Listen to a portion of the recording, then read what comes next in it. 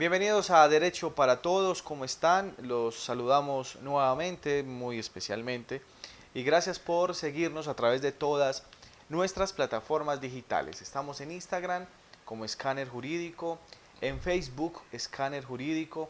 Esta nota también la encuentran en nuestro canal de YouTube Escáner Jurídico. Como siempre les traemos temas de interés, temas importantes y temas que por supuesto debe de conocer la ciudadanía. Hoy nos acompaña nuevamente en estas reflexiones académicas que hemos venido haciendo el doctor Leonel Quintero González, abogado, docente, universitario por muchos años, un hombre muy estudioso de diferentes temas jurídicos, y hoy vamos a tocar un tema supremamente importante. En el mes de julio, exactamente el 4 de julio, la Constitución Política de Colombia cumplió 30 años de su promulgación. Y no es un tema solo para abogados, y no es un tema solo para funcionarios judiciales. Es un tema que debe conocer todo ciudadano, porque la Constitución Política es la hoja de ruta de un Estado, de un país, de una sociedad. Quiero saludarlo inicialmente, doctor Leonel Quintero. Pues gracias por estar aquí nuevamente en estas reflexiones y hoy vamos a tener un tema muy importante. ¿Qué tal? Bienvenido. Doctor García, muy buenos días. Muchas gracias por invitarme nuevamente a este espacio. Lo hago complacido, además es como un compromiso con la ciudadanía. Y estos 30 años de la Constitución Política, inicialmente, ¿usted qué reflexión haría, doctor Leonel? Bueno, realmente yo me siento como contento de pertenecer a esa generación que hace 30 años era más joven y le tocó vivir de manera protagónica todo el proceso de lo que en principio fue una Asamblea Nacional Constitucional y terminó siendo una Asamblea Nacional Constituyente. Hay unas pequeñas diferencias, no simplemente de semántica en esos dos términos, pero ha sido bien importante el proceso. Hemos como lo advertía usted en la presentación, hemos advertido cómo la Constitución misma se excluyó de manera mmm, como prohibida que se tenía en el nivel de los abogados o de los funcionarios públicos para que se convirtiera en un elemento propio de lo que yo llamo la canasta familiar. Es decir, todos los ciudadanos debemos tener un contacto directo, un conocimiento directo sobre qué es la Constitución, porque bien lo señala usted, la Constitución es la ruta, la hoja de ruta que debe seguir una sociedad conformada como Estado, así como es el nuestro. Doctor Leonel, escuchamos en la Constitución Política diferentes términos y que seguramente los ciudadanos los escuchan frecuentemente, pero a veces hay dudas. Entonces nos hablan que Colombia es un Estado social de derecho, consagrado allí en esa Constitución Política. ¿Cómo podemos explicarle eso a los ciudadanos? ¿Qué entender por Estado social de derecho? Mire, la Constitución de 1886 que estuvo vigente hasta que entró en el año 91 la Constitución que estamos celebrando sus 30 años, establecía que Colombia era un Estado de Derecho. Pues obviamente por consecuencia lógica así nos hubiera dicho. Lo que pasa es que cuando hay normas que respaldan o que autorizan o que sancionan las conductas no solo de los ciudadanos sino de quienes representan el Estado, ya se constituye per se un Estado de Derecho. Pero en la Constitución nuestra del 91 ya se dijo, no, además de ser un Estado de Derecho, vamos a ser un Estado social de derecho. ¿Qué implica eso? Que implica que hasta el año 91 el ser humano o el hombre o el ciudadano estaba como al servicio del Estado, para que el Estado se desarrollara, para que el Estado lograra sus fines. A partir del año 91 la concepción se cambia y dice, no vamos a poner el Estado al servicio del ser humano, ya no del hombre excluyente, sino del ser humano. Es decir, el Estado está para que el ser humano logre su desarrollo completo, para que haya progreso y desarrollo en las comunidades. Entonces, esa es como de manera muy somera la explicación que tenemos para decir qué es un Estado de Derecho y qué es un Estado social de derecho. En el uno, el Estado, el ser humano está al servicio del Estado, como de pronto en algunos regímenes que existieron en la cortina de hierro en alguna época, es decir, el ciudadano estaba al servicio del Estado y el Estado era lo primordial. Ahora el Estado está al servicio del hombre o del ser humano y el ser humano es lo primordial. Diferentes analistas, doctor Leonel, cuando hablan de la constitución política de Colombia, la del 91, han reflexionado que es una constitución de avanzada, que es una constitución que trajo cosas muy importantes. ¿Usted la ve así? A ¿De ver, esa la manera? constitución nuestra sí es una constitución que introdujo instituciones novedosas al régimen constitucional o supremo de una comunidad nacional como la nuestra. Eh, Se hizo una redefinición de lo que es la estructura del Estado, se alinderaron las competencias de los órganos componentes del poder público, las tres ramas, la rama ejecutiva, la judicial, la legislativa, pero además se dijo, hacen parte de este poder público unos organismos de control y vigilancia, como la que ejerce la función contralora, o sea, las contralorías y el Ministerio Público. Y también hace parte de ese poder público la organización electoral. Es decir, es como el poder público en nuestro medio es como una mano que tiene 5 dedos. Todos están unidos en una sola muñeca, pero cada uno tiene como una actividad independiente y se colaboran mutuamente en lo que la mano pretende. Si la mano va a escribir, por decirlo de manera muy gráfica, yo convoco el pulgar y el índice, pero los otros 3 dedos me sirven de apoyo. El poder público es exactamente igual. La rama legislativa, la ejecutiva, la judicial, los organismos de control y vigilancia, la organización electoral, todos están buscando un fin que son los fines esenciales del Estado. Desde ese punto de vista, nuestra Constitución es muy novedosa, porque se alinderaron las instancias del poder público. Pero además de eso, se trajeron unas instituciones unas bien traídas como las acciones para hacer efectivos los derechos que también se consagraron en la Constitución. La Constitución del 86 hablaba de las garantías civiles, de los deberes y los derechos y garantías civiles. La Constitución del 91 ya habla de los derechos fundamentales, de los derechos económicos, sociales y culturales y los derechos económicos y del ambiente. 3 grandes grupos de derechos, pero no quedaron ahí, sino que dijeron, bueno, entonces para que esos derechos no se vayan a quedar en un canto a la bandera, vamos a poner, vamos a incluir, vamos a consagrar en la misma Constitución unos mecanismos para hacerlos efectivos. Entonces aparecieron unas acciones, la acción de tutela, la acción de cumplimiento, la acción popular y las acciones de grupo, fuera de otras acciones que aparecen en el Código Contencioso, pues que ya es de otro cuento. Bueno, esa es otra parte de la novedad. Se dijo también que había una democracia participativa. Yo soy un poco irreverente cuando comento lo de la democracia participativa, porque es que si nosotros asumimos un gobierno democrático, de suyo somos participativos. Participamos en la conformación del gobierno. Pero bueno, dijimos que somos una democracia participativa, entonces que hay unos sistemas directos de participación ciudadana, el voto, el referendo, el plebiscito, la consulta popular, la iniciativa popular y el cabildo abierto. Y la revocatoria del mandato. Esas herramientas son muy, muy importantes.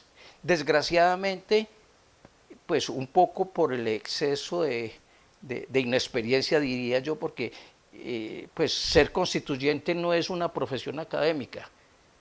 Y nosotros escogimos 70 señores muy buenos ciudadanos en Colombia para que hicieran la Constitución. Primero el gobierno los convocó para que reformaran la existente, pero después la Corte Suprema de Justicia, que era la encargada en ese entonces de esos menesteres, dijo, no, señor, usted no puede convocar a una Asamblea Nacional Constitucional y ponerles un derrotero. Usted lo que está convocando es a una Asamblea Nacional Constituyente, usted está convocando al constituyente primario. Entonces nosotros escogimos 70 señores de muy buena voluntad, muy capacitados en muchas artes y oficios, muy profesionales todos, pero obviamente de hacer normas constitucionales poca experiencia, porque teníamos una constitución que venía de 100 años. Entonces no tenemos mucha experiencia en hacer normas constitucionales. Pues hicimos una constitución buena y se establecieron ahí unas reglas de juego. Entonces aparecen esos mecanismos de participación democrática o de participación sana como la revocatoria del mandato, que se vuelve una especie de ilusión. porque creo que un solo caso por allá en Boyacá ha triunfado en el intento de una comunidad de revocarle el mandato a un alcalde. Eh, Cosas así por el estilo. También se incluyó en esa constitución otro mecanismo de control político bien interesante que lo denominó el constituyente como la moción de censura. La moción de censura, esa es una institución propia del régimen parlamentario. Se trajo y se insertó en el régimen presidencialista nuestro. Se predica en principio de los ministros.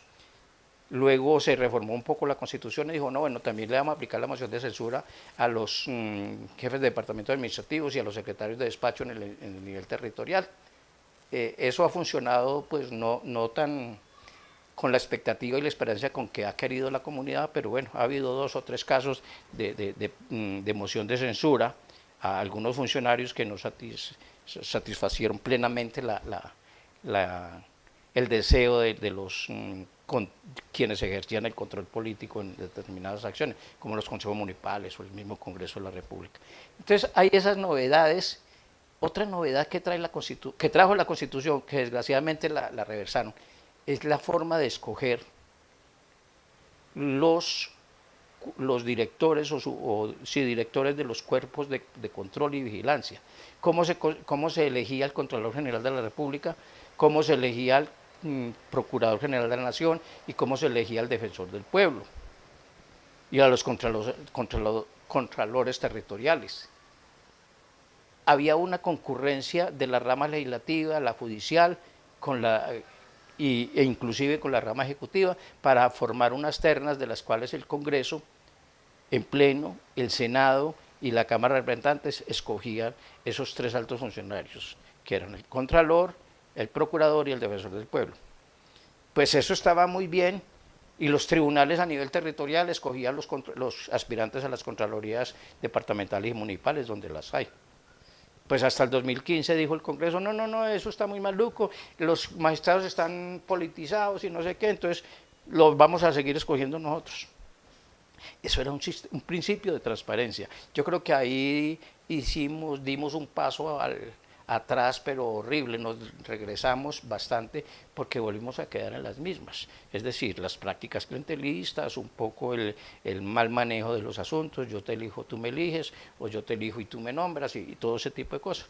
Eso fue lo que se devolvió. Pero la Constitución nuestra, en términos generales, vale la pena conservarla y tener un Congreso que la desarrolle con la filosofía con que se hizo la norma constitucional. Estamos reflexionando con el doctor Leonel Quintero sobre la Constitución Política de 1991 a propósito de sus 30 años, que los cumplió el pasado 4 de julio. Doctor Leonel, yo al inicio de esta nota decía que la Constitución no es un tema solo de abogados, no es un tema solo de funcionarios judiciales, sino que se hace necesario que los ciudadanos la conozcan. Los ciudadanos este año hemos vivido una serie de protestas en el país que han salido a solicitarle al Estado, digamos, cierta presencia en unas demandas que los ciudadanos le han hecho al Estado. Y uno en muchas ocasiones ve el desconocimiento de algunos ciudadanos frente a la Constitución. Entonces, ¿por qué esa Constitución no es solo de abogados, no es solo de funcionarios judiciales, no es solo de servidores públicos, sino que la tienen que conocer todos los ciudadanos, doctor Leonel? A ver, después de como 30, 40 años de práctica pedagógica a nivel universitario, yo logré como encontrar, con la ayuda de mis alumnos, una muy buena definición de Estado. Después de mucho tiempo de reflexionar años, llegamos a la conclusión de que el Estado era la resultante de la organización político-jurídico de la comunidad. Es decir, el Estado es un producto social, ¿cierto? Eso no es nada nuevo, de pronto la forma de decirlo, las palabras son nuevas, pero en el sentido eso es igual a lo que dijo John Locke o Montesquieu o otros señores ingleses o franceses en sus épocas, ¿cierto? Entonces, si el Estado es el producto de la propia sociedad y lo que la Constitución recoge es la organización político-jurídica de la comunidad, es decir, la existencia misma, la dinámica misma, la estructura misma del Estado. Entonces, la Constitución tiene que ser conocida por todos los ciudadanos. Mire, yo en clase pongo este ejemplo. Si usted habla con un trabajador sindicalizado, el trabajador sindicalizado le dice, no, es que la convención de trabajo dice esto y esto, la convención de trabajo. Es decir, más allá de un contrato de trabajo, hay unas condiciones que el trabajador ha pactado a través de su organización sindical con el patrono. Y prácticamente esa convención es la que regula las relaciones entre el trabajador y el empleador o el patrono. Para efectos de la Constitución, uno diría, los ciudadanos todos deberíamos estar empoderados, como usted bien lo dice, del contenido de la Constitución. El constituyente nuestro en el 91 previó esa necesidad, dijo, no, hasta hoy la Constitución ha sido patrimonio exclusivo de los abogados. Ahora queremos que la Constitución esté en la canasta familiar, como yo lo indiqué al principio, que sea del diario manejo por parte de los ciudadanos. Y en la Constitución, por ahí a la altura del artículo 90 y no sé qué, no recuerdo, aparece que en todos los establecimientos públicos se debe enseñar obligatoriamente la Constitución. Qué bueno que eso fuera, pero lo hemos vuelto un poco de práctica.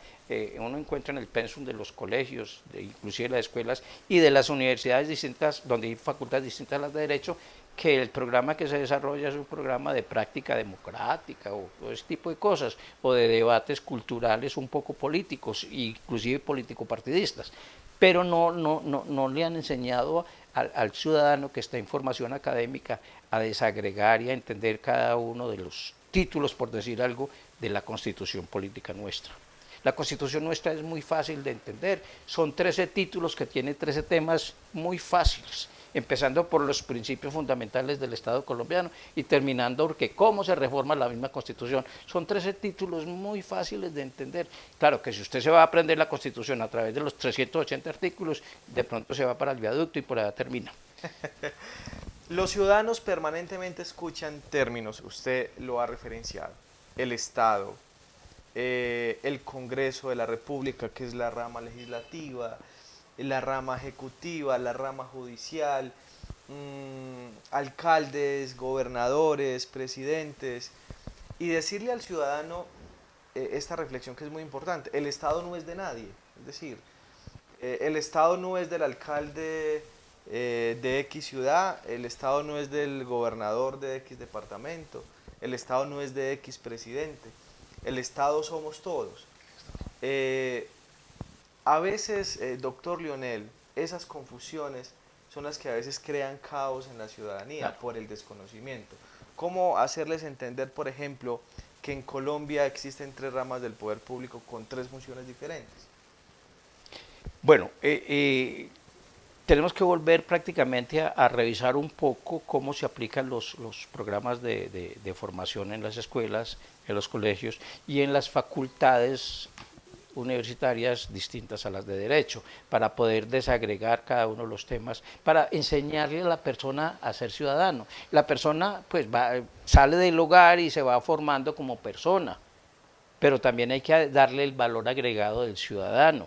Es decir, formarlo en valores ciudadanos, en que se interese por la patria. Lo hemos dicho desde ahora y no es pues, verdad de nosotros únicamente. El Estado somos todos. Así como el Estado no es de nadie, el Estado somos todos. A nosotros todos nos debe doler lo que le está pasando al Estado ahora.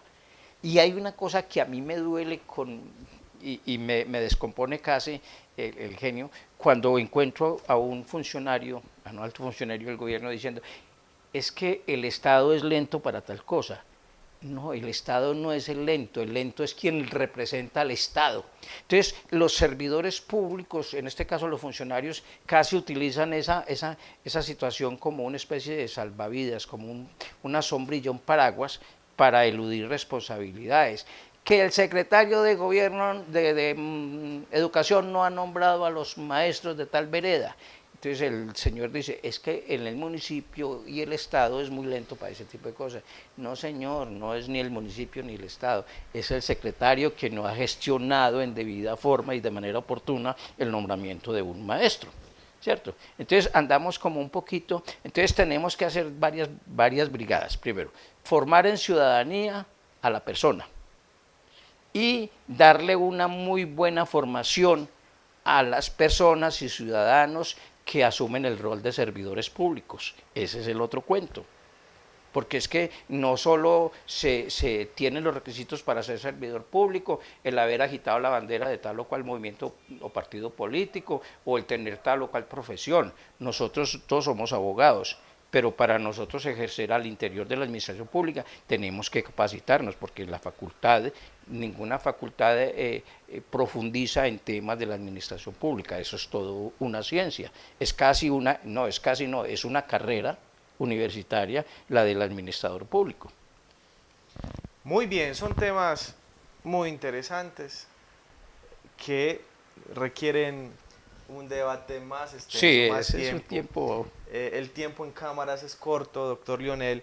Yo quiero terminar con esta pregunta. Uno de los grandes avances que tuvo esa Constitución Política del 91 fue la acción de tutela, consagrada en el artículo 86 de la Constitución como una acción constitucional que acercó al ciudadano a las diferentes entidades del Estado. ¿Usted qué análisis, y para concluir, doctor Lionel, hace de la acción de tutela? Bueno, la acción de tutela, yo al principio fui un poco como desconfiado de la acción de tutela.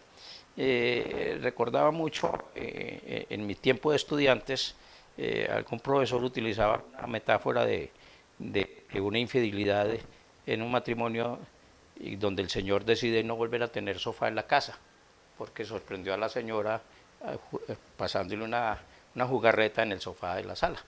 Entonces yo decía, bueno, si la Constitución nuestra tiene acción de tutela para proteger los derechos fundamentales, es que se van a violar los derechos fundamentales. Y yo decía, no, me parece como horrible, pues, y ¿cómo así? Yo tengo mucha fe en mi esposa, yo soy viajero y entonces voy a salir de ronda 15 días, pero yo le dejo el cinturón de castidad. Yo tengo mucha confianza en mi esposa, pero uno no sabe, yo le voy a dejar el cinturón.